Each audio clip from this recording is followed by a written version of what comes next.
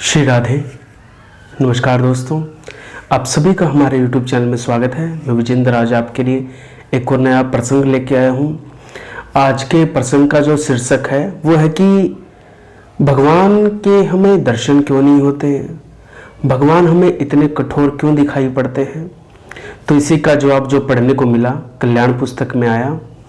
श्री ब्रह्मलीन श्रद्धेय श्री जयदयाल गोयंदका जी ने बताई है ये बात। देखिए, हम तो भक्त हैं नहीं, हमने तो इतना पढ़ा नहीं, जाना नहीं, लेकिन जिन्होंने जाना है, जो इस रास्ते पे चले हैं, वो बता पाते हैं।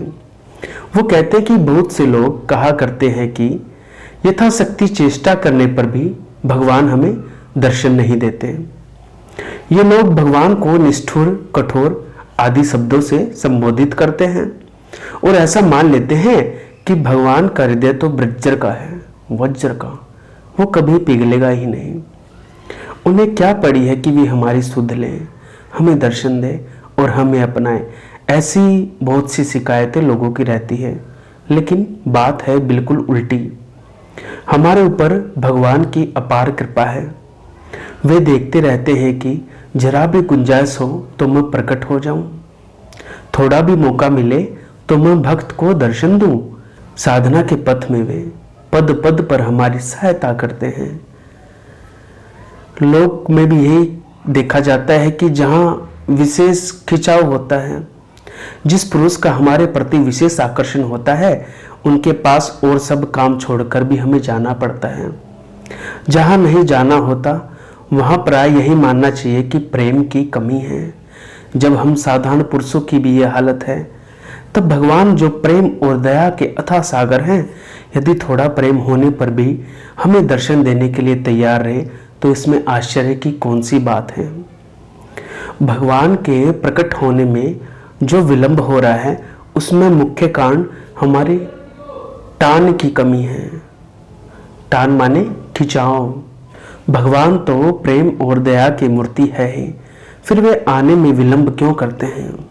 कारण स्पष्ट है, हम उनके दर्शन के योग्य नहीं हैं।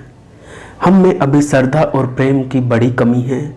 यदि हम उनके योग्य होते तो भगवान खुद आकर हमें दर्शन देते, क्योंकि भगवान परम दयालु, सर्वज्ञ, सर्वव्यापी, सर्वशक्तिमान और सर्व अंतर्यामी हैं। लेकिन हमारे भीतर उनके प्रति श्रद्धा और प्रेम की बड़ी कमी है। इसलिए श्रद्धा और प्रेम की वृद्धि के लिए हमें उनके तत्व, रहस्य, गुण और प्रभाव को जानने की प्राण पर्यंत चेष्टा करनी चाहिए। भगवान में श्रद्धा और प्रेम हो जाने पर वे ना मिले, ऐसा कभी हो ही नहीं सकता है। बाध्य होकर भगवान अपने श्रद्धालु भक्त की श्रद्धा को फलीभूत करते ही हैं।